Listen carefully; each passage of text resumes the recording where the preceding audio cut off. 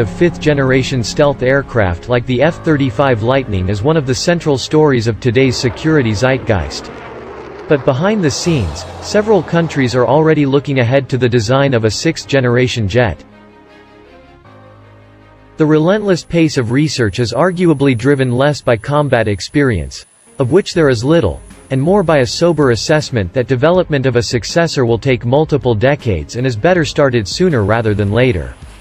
The sixth-generation fighter developers can be divided into two categories: the United States, which has developed and deployed two stealth fighter types, and countries that have skipped or given up on their attempt to build fifth-generation's jets. These latter countries have concluded that doing so is so time-consuming and expensive that it makes more sense to focus on tomorrow's technology than try to catch up with today's. The latter include France, Germany and the United Kingdom, which are in the preliminary stages of developing sixth-generation FCAS and Tempest fighters. Russia, which has given up on developing its Su-57 stealth fighter for at least a decade, but is talking up a conceptual sixth-generation MiG-41 interceptor. And Japan, which is contemplating a domestic sixth-generation F-3 stealth jet, but may settle for a foreign-inspired fifth-generation design.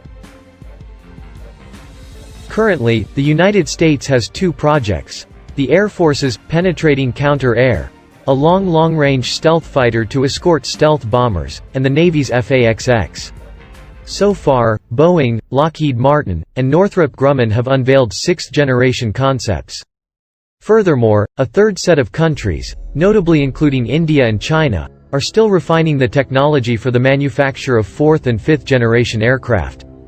Stealth and beyond visual range missiles are here to stay. The various sixth-generation concepts mostly feature many of the same technologies. Two critical characteristics of fifth-generation fighters will remain centrally important to the sixth: stealthy airframes and long-range missiles. As cost-effective ground-based air defense systems like the S-400 can now threaten vast swaths of airspace, stealth aircraft need to be capable of penetrating, anti-access, area denial, bubbles and eliminate air defense from a safe distance. Additionally, stealth jets also steeply outperform non-stealth aircraft in aerial wargames. Thus, low radar cross-sections and radar-absorbent materials will be a necessary, but not sufficient, feature of sixth-generation fighters. Some theorists argue that stealthy airframes may eventually be rendered obsolete by advanced sensor technology, and stealthy airframes can't be upgraded as easily as avionics and weapons. Therefore, jamming, electronic warfare, and infrared obscuring defenses will also rise in importance. Beyond visual range missiles will remain a key technology.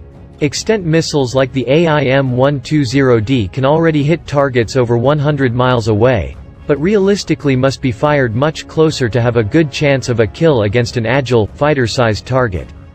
However, new ramjet-powered high-speed air-to-air missiles like the British Meteor and Chinese Place 15 point to why future air warriors may mostly fight at great distances from their adversaries. The F-35 has pioneered sophisticated helmet-mounted displays that can see through the airframe for superior situational awareness, display key instrument data, and target missiles via a helmet-mounted sight, although that last technology is decades old. Though these helmets currently have significant teething issues, they will likely become a standard feature in future fighters, possibly supplanting cockpit instrument panels. Voice-activated command interfaces may also ease the hefty task load expected of fighter pilots. One of the F-35's key innovations is its ability to soak up sensor data and share it via datalinks to friendly forces, creating a composite picture. This could allow a stealth aircraft to ride point and ferret out adversaries, while friendly forces maneuver into advantageous positions and sling missiles from further back without even turning on their radars. Because this tactic promises to be such a force multiplier, fused sensors and cooperative engagement will become a standard feature of sixth-generation jets, and the fusion will likely be deepened by integrating satellite and even drones deployed alongside jet fighters. Sensor fusion and optional manning, however, imply that sixth-generation jets will rely heavily on datalinks and networks which could be disrupted by jamming or even invaded through hacking. Ground-based logistics networks, such as the F-35's ALIs, promise significant improvements in efficiency, but also expose even landed aircraft to potential cyber attack.